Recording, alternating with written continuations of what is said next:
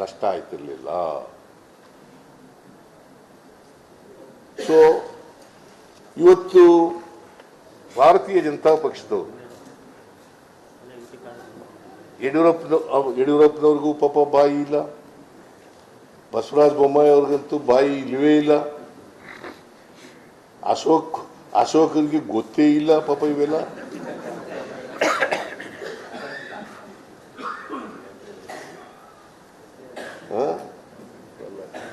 ಪ್ರಹ್ಲಾದ್ ಜೋಶಿ ಕೇಂದ್ರದಲ್ಲಿ ಮಂತ್ರಿ ಆಗಿದ್ದಾರೆ, ನಮ್ಮ ಎಂತೇಳು ಅಮ್ಮ ಶೋಭಾ ಕರಂದ್ಲಾಜೆ ಮಂತ್ರಿ ಆಗಿದ್ದಾರೆ, ಎಂತವರು ಕೂಬಾ ಮಂತ್ರಿ ಆಗಿದ್ದಾರೆ.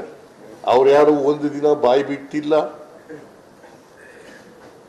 25 ಜನ ಪ್ಲಸ್ ಈಗ ಒಂದು 26 ಜನ ಸೇರ್ಕೊಂಡಿದ್ದಾರೆ. 27 ಜನ ಆಗಿದ್ದಾರೆ.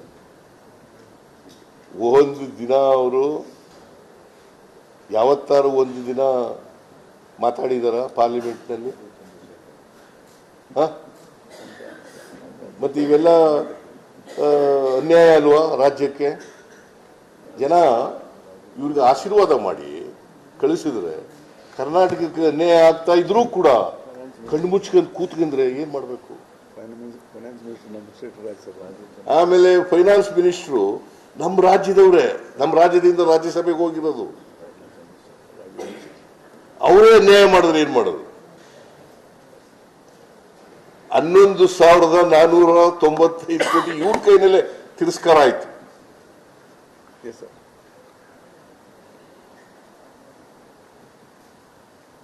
ಸೊ ಇವೆಲ್ಲ ರಾಜ್ಯಕ್ಕಾಗಿರ್ತಕ್ಕಂಥ ಅನ್ಯಾಯಗಳನ್ನ ರಾಜ್ಯದ ಹಿತದೃಷ್ಟಿಯಿಂದ, ರಾಜ್ಯದ ಜನರ ಹಿತದೃಷ್ಟಿಯಿಂದ ಪ್ರತಿಭಟನೆಯನ್ನ ನಾವು ಹಮ್ಮಿಕೊಂಡಿದ್ದೇವೆ.